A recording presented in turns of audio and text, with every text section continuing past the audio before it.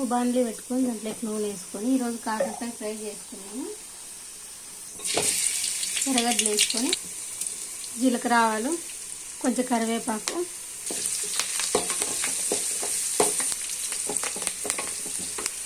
పసుపు ఉప్పు కొంచెం వేసుకొని కొంచెం టమాటా వేసుకొని బాగా మగ్గించుకోవాలా.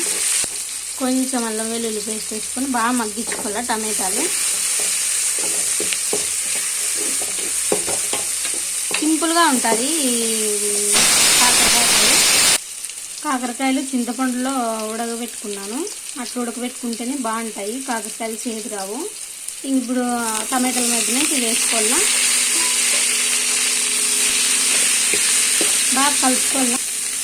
చిన్నపిల్లలు ఉన్నప్పుడు కాకరకాయ తినరు కాబట్టి ఇట్లా చేసి పెడితే తింటారు వాళ్ళు. దీంట్లోకి పల్లి పొడి అయినా వేసుకోవచ్చు, పప్పుల పొడి అయినా వేసుకోవచ్చు, ఏమైనా వేసుకోవచ్చు, కారం పొడి అయినా వేసుకోవచ్చు.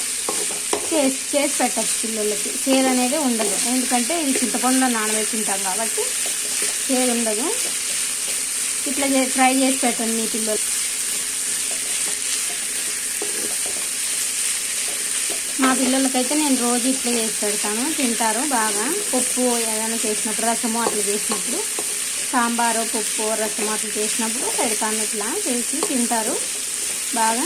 మీరు కూడా ఇట్లా ట్రై చేయండి పిల్లలకి. ఇప్పుడు శనగిత్తనాల పొడి వేసి కలుపుకోవాలా. ఇంకంతే, కాకరకాయ ఫ్రై రెడీ. కొంచెం ఉప్పు తగ్గింది, అందుకు కొంచెం ఉప్పు చూసుకోండి దింపేటప్పుడు. ఇంకా మూత పెట్టుకుంటే కొంచెంసేపు మగ్గితే బాగుంటుంది, ఆవిరికే మగ్గుతుంది. జస్ట్ 20 minutesలో కాకరకాయ ఫ్రై రెడీ. పిల్లలు బాగా ఇష్టంగా తింటారు. ఇట్లా చేసి పెట్టండి. మా వీడియోస్ కనుక మీకు నచ్చినట్లయితే లైక్ చేయండి, షేర్ చేయండి, కామెంట్ చేయండి, సబ్స్క్రైబ్ చేసుకోండి. ఇంకా మీకోసం మంచి షార్ట్ వీడియోస్ పెడతాము. చూడండి కాకరకాయ ఫ్రై.